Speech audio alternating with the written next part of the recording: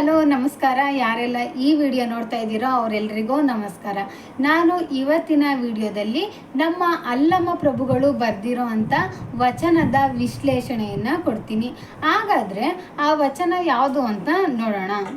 ಇಲ್ಲಿ ಅಲ್ಲಮ ಪ್ರಭು ಒಂದು ಕಡೆ ಹೇಳ್ತಾರೆ, ಹೊನ್ನು ಮಾಯೆ ಎಂಬರು, ಆದರೆ ಹೊನ್ನು ಮಾಯೆಯಲ್ಲ. ಹೆಣ್ಣು ಮಾಯೆ ಎಂಬರು, ಹೆಣ್ಣು ಮಾಯೆಯಲ್ಲ. ಮಣ್ಣು ಮಾಯೆ ಎಂಬರು, ಆದರೆ ಮಣ್ಣು ಮಾಯೆಯಲ್ಲ. ಮನದ ಮಂದಣ ಆಶೆಯೇ ಮಾಯೆ ಕಾಣ ಗುಹೇಶ್ವರ ಲಿಂಗ ಅಂತೇಳಿ ಅಲ್ಲಮ ಪ್ರಭು ಅವರು ಹೇಳ್ತಾರೆ. ಇದರ ಅರ್ಥ ಏನು ಅಂದರೆ, ಈಗ ಜನ ಹೇಳ್ತಾರೆ ನೋಡಿ, ಈ ಚಿನ್ನ ಮಾಯೆ ಇದ್ದಂಗಪ್ಪ, ಎಲ್ಲ ಜನಗಳನ್ನು ಆಕ್ರಮಿಸ್ಕೊಳುತ್ತೆ, ಎಲ್ಲ ಜನಗಳನ್ನು ತನ್ನತ್ತ ಸೆಳೆಯುತ್ತೆ ಅಂತ ಹೇಳ್ತಾರೆ. ಆದರೆ ನಿಜವಾಗ್ಲೂ ಇಲ್ಲಿ ಚಿನ್ನ ಮಾಯೆ ಅಲ್ಲ. ಮತ್ತು ಇನ್ನೂ ಒಂದು ಕಡೆ ಈ ಜನ ಹೇಳ್ತಾರೆ, ಈ ಹೆಣ್ಣು ಅನ್ನೋದು ಮಾಯೆ, ಆಕೆ ಎಲ್ಲರನ್ನ ತನ್ನ ಕಡೆ ಆಕರ್ಷಿತಳ ಮಾಡ್ಕೋತಾಳೆ, ಎಲ್ಲರೂ ತನ್ನ ಒಳಗೆ ಹಾಕೋತಾಳೆ, ಎಲ್ಲರೂ ಆಕರ್ಷಣೆಯನ್ನು ಮಾಡ್ತಾಳೆ. ಹೆಣ್ಣು ಒಂಥರ ಮಾಯೆ ಇದ್ದಾಗೆ. ಈ ಮೀನಿನ ಹೆಜ್ಜೆಯನ್ನು ಗುರುತಿಸ್ಬೋದು, ನೀರಲ್ಲಿ ಇರೋವಂಥ ಮೀನಿನ ಹೆಜ್ಜೆಯನ್ನು ಗುರುತಿಸ್ಬೋದು, ಆದರೆ ಹೆಣ್ಣಿನ ಮನದ ಭಾವನೆಗಳನ್ನು ಅರ್ಥ ಮಾಡ್ಕೊಳಕ್ಕಾಗೋದಿಲ್ಲ. ಆಕೆ ನಿಜವಾಗ್ಲೂ ಮಾಯೆ ಅಂತೇಳಿ ಎಷ್ಟೋ ಜನ ಹೇಳ್ತಾರೆ. ಮತ್ತು ಇನ್ನೂ ಒಂದು ಹೇಳ್ತಾರೆ, ಈ ಮಣ್ಣು ಅನ್ನೋದು ಮಾಯೆ ಅಪ್ಪ. ಈ ಜನ ಮಣ್ಣನ್ನು ಸಂಪಾದನೆ ಮಾಡಬೇಕು, ಭೂಮಿಯನ್ನು ಸಂಪಾದನೆ ಮಾಡಬೇಕು ಅಂತ ಮುಂದೆ ನಾ ಮುಂದೆ ಅಂತೇಳಿ ಮುಗಿ ಬೀಳ್ತಾ ಇದ್ದಾರೆ. ಈ ಮಣ್ಣು ಕೂಡ ಮಾಯೆ ಇದ್ದಾಗೆ, ಇದು ಕೂಡ ಎಲ್ಲರನ್ನ ಆಕರ್ಷಿತರನ್ನಾಗಿ ಮಾಡ್ತಾ ಇದೆ. ಈ ಹೆಣ್ಣು ಹೊನ್ನು ಮಾಯೆ, ಈ ಮೂರುವರು ಮಾಯೆ ಇದ್ದಾಗೆ, ಎಲ್ಲರೂ ಮಾಯ ಮಾಡ್ತಾ ಇದ್ದಾರೆ, ಇವರು ಎಲ್ಲರನ್ನು ಆಕರ್ಷಿತರನ್ನಾಗಿ ಮಾಡ್ತಾ ಇದ್ದಾರೆ ಅಂತೇಳಿ ಜನ ಮಾತಾಡ್ಕೋತಾರೆ, ಜನ ಹೇಳ್ತಾರೆ. ಆದರೆ ಅದು ತಪ್ಪು. ಇಲ್ಲಿ ಹೊನ್ನು ಕೂಡ ಮಾಯೆ ಅಲ್ಲ, ಹೆಣ್ಣು ಮಾಯೆ ಅಲ್ಲ, ಮಣ್ಣು ಕೂಡ ಮಾಯೆ ಅಲ್ಲ. ಆದರೆ ಮನದ ಮಂದಣ ಆಸೆಯೇ ಮಾಯೆ. ಈ ಮನಸ್ಸು ಆಸೆಯನ್ನು ಪಡುತ್ತಲ್ಲ, ಆ ಆಸೆಯೇ ಮಾಯೆ ಇದ್ದಾಗೆ. ನೀವು ಮೊದಲು ಆಸೆ ಪಡೋದನ್ನು ಬಿಡಿ, ಆಗ ನಿಮಗೆ ಅದ್ಯಾವುದು ಮಾಯೆ ಅಂತ ಅನಿಸೋದಿಲ್ಲ.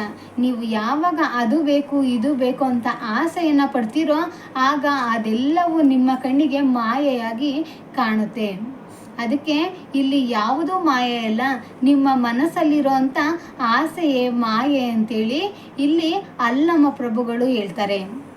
ಮತ್ತು ಇನ್ನೂ ಒಂದು ಕಡೆ ಹೇಳ್ತಾರೆ, ಈ ಮನುಷ್ಯ ಆಸ್ತಿ ಮಾಡಬೇಕು, ಅಂತಸ್ತು ಮಾಡಬೇಕು, ನಾನು ಶ್ರೀಮಂತ ಆಗಬೇಕು ಅಂತೇಳಿ ಸಾಕಷ್ಟು ಹೊನ್ನು ಚಿನ್ನ ಬೆಳ್ಳಿ ಏನೋ ಇದೆಯೋ ಅದೆಲ್ಲವನ್ನು ಸಂಗ್ರಹಣೆ ಮಾಡೋಕ್ಕೆ ಹೋಗ್ತಾನೆ. ಇವತ್ತಿನ ಕಾಲದಲ್ಲಂತೂ ಈ ಜನ ಭೂಮಿಗೆ ಸಾಕಷ್ಟು ಬಂಡವಾಳವನ್ನು ಹಾಕ್ತಾ ಇದ್ದಾರೆ. ನಾನು ಹೊಲವನ್ನು ತಗೋಬೇಕು, ಸೈಟ್ ಮಾಡಬೇಕು ಅಂತೇಳಿ ಮಣ್ಣಿನ ಮೇಲೆ ಬಂಡವಾಳವನ್ನು ಹಾಕ್ತಾ ಇದ್ದಾನೆ. ಇಷ್ಟೆಲ್ಲ ಮಾಡ್ತಿರೋಂಥ ಈ ಮನುಷ್ಯನಿಗೆ ಕೊನೆಗೆ ಈ ಭೂಮಿ ಕೊಡೋದಾದರೂ ಏನು? ಆಗ ಈ ಆಸ್ತಿ ಅಂತಸ್ತು ಮಾಡಬೇಕು ಅಂತೇಳಿ ಭೂಮಿಯನ್ನು ಕೊಂಡ್ಕೊಳಕ್ಕೆ ಹೋಗೋವಂಥ ಒಬ್ಬ ಮನುಷ್ಯನ ನೋಡಿ ಆ ಭೂಮಿ ಮತ್ತು ಮಣ್ಣು ನಗುತ್ತೆ. ಮನುಷ್ಯ, ನೀನು ಇಡೀ ಜೀವನವೆಲ್ಲ ದುಡ್ದು ನನ್ನನ್ನು ಸಂಪಾದನೆ ಮಾಡೋಕ್ಕೋಸ್ಕರ ನನ್ನ ಮೇಲೆ ನೀನು ಬಂಡವಾಳವನ್ನು ಹಾಕ್ತಿದ್ಯಲ್ಲ, ಇಷ್ಟೆಲ್ಲ ಮಾಡಿದಂಥ ನಿನಗೆ ನಾನು ಕೊಡೋದು ಕೊನೆಗೆ ಬರೀ 3 ಅಡಿ 6 ಅಡಿ ಜಾಗ ಮಾತ್ರ. ನಾನು ನಿನಗೆ ಕೊಡೋದು 3 ಅಡಿ 6 ಅಡಿ ಜಾಗ ಮಾತ್ರ. ಅಷ್ಟಕ್ಕೋಸ್ಕರ ನೀನು ಇಷ್ಟೆಲ್ಲ ಯಾಕೆ ಕಷ್ಟವನ್ನು ಪಡ್ತಾ ಇದೆಯಾ? ನೀನು ನನ್ನ ಮೇಲೆ ಏನೇ ಹಾಕು, ನೀನು ನನಗೇನೇ ಕೊಡು, ಆದರೆ ನಾನು ಕೊನೆಗೆ ನಿನಗೆ ಕೊಡೋದು ಬರೀ 3 ಅಡಿ 6 ಅಡಿ ಜಾಗ ಮಾತ್ರ.